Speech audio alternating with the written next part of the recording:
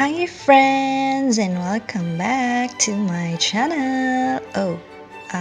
Welcome back to my kitchen. Today, magluluto tayo or magbe-bake tayo ng chocolate cake. And now, ang una natin gagawin is syempre ihahalo natin ang lahat ng dry ingredients. Ang cake flour, ang baking powder, baking soda, salt, and cocoa powder. Unsweetened po yan. So, yung measurement po lahat ng mga ingredients, ilalagay po siya mamaya sa description box below. So, tingnan nyo lang po for the complete list of the ingredients. So, ayan, paghahaluin lang po natin ang lahat ng dry ingredients.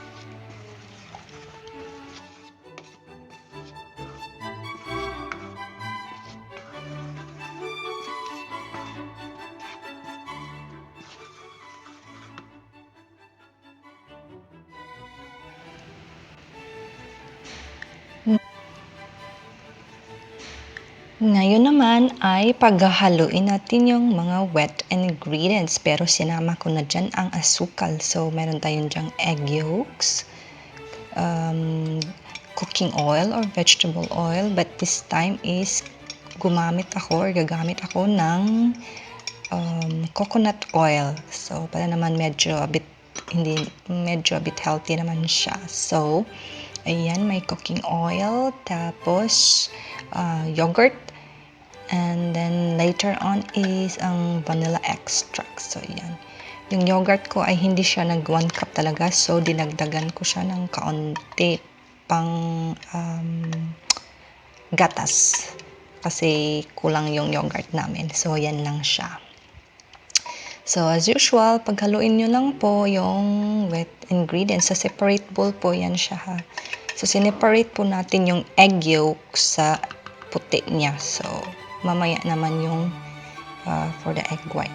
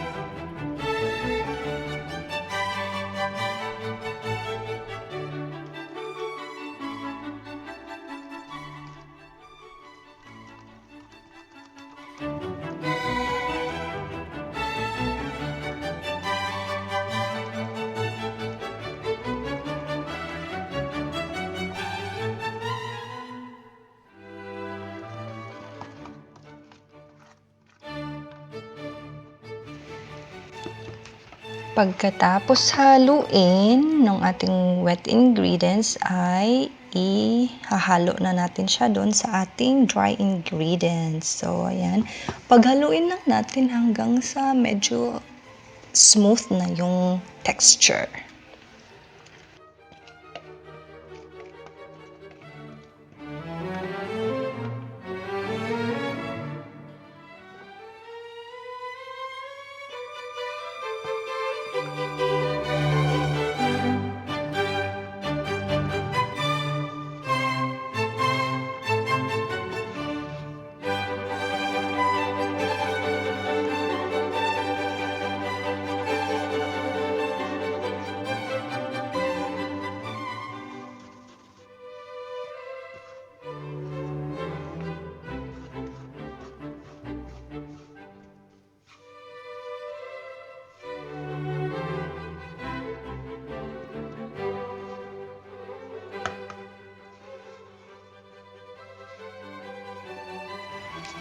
Ayan, tapos na natin haluin lahat. So, dagdag na natin ngayon ang walnuts.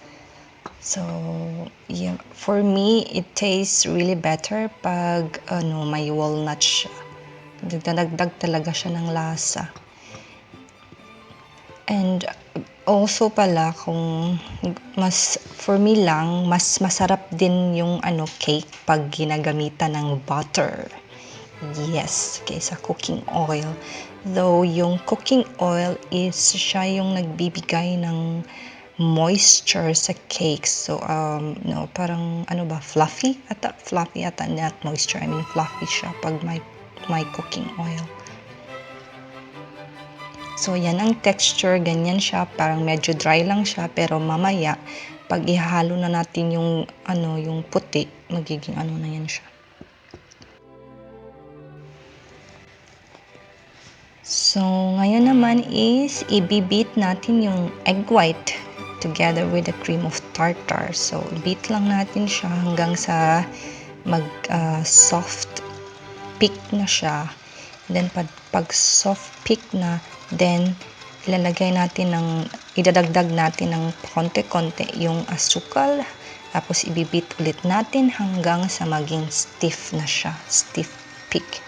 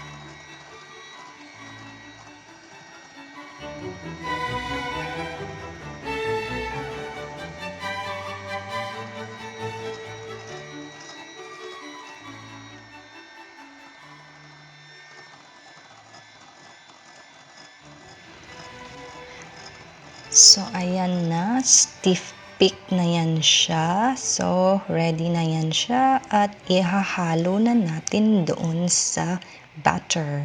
Yung kanina, yung mixture ng wet and dry ingredients. So, i-fold lang natin siya gently. Tapos, kailangan siyang ihalo mo siya gently para hindi masyadong mag-deflate yung egg whites. So, let's just mix it on like one-way direction, parang ganun, para hindi masyadong ma-deflate yung egg white.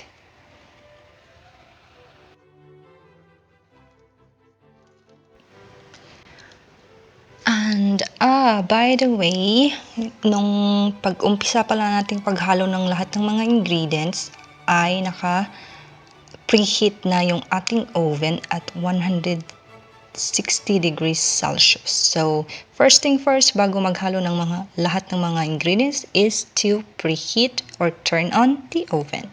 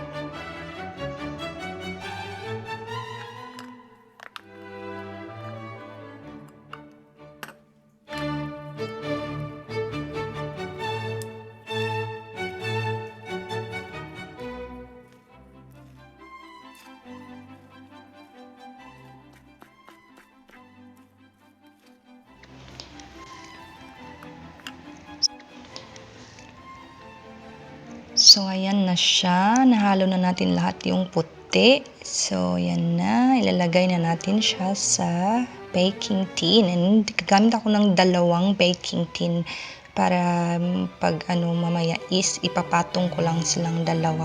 So, ang size nito ay I think that's 20 centimeters yung baking tin if I'm not mistaken. So, probably like 8 inches I think. naku, bahala na po kayo. Hindi po ako magaling sa mga measurements. Kaya na po bahalang mag-Google. Basta 20 centimeters po yan sila. So, yan. Tapos,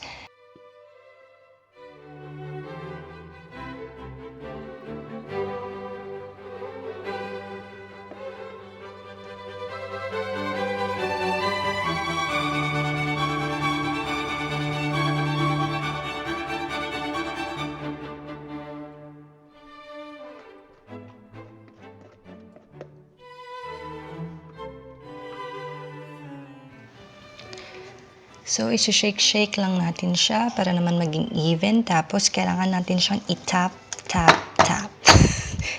Ganyan. Para yung air is maalis siya. Parang ganun. So, kailangan natin i-shake, shake, shake, even, even, and tap, tap, tap. Ayan, i-bake na natin siya at 160 degrees and for 40 minutes or hanggang sa pag-i-insert niyo yung toothpick is wala nang didikit dun sa toothpick. So, ayan na, bake na siya. Tapos, i-cool down lang natin siya ng ganyan. So, unfortunately, nakalimutan ko palang mag-take ng video nung tinanggal ko na sila sa lalagyan. So, yan ang ating cake. Tapos, yung aking frosting, it was a failure. So, nag-back up frosting na lang ako gamit ang whipped cream. So, basically, I don't like using it because ang hirap niyang i-stabilize. Kailangan niya ng bonggang powdered sugar para maging stabilize yung consistency. So, pwede siyang i-pipe. So, yeah. Yung una kong planned sana na frosting para pwedeng mag-piping. It was a failure because I used a new recipe for Swiss meringue buttercream frosting, but it was a failure, so hindi ko nagawa yung aking planned frosting design with piping. So, ganyan lang yung itsura. Simple lang siya. At hindi na nalagyan ng frosting lahat. Yep.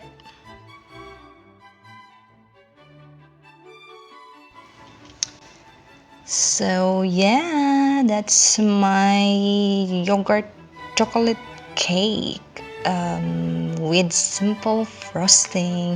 Masarap naman siya and it's not overly sweet and it's also moist. So, yeah, it was great. It was good.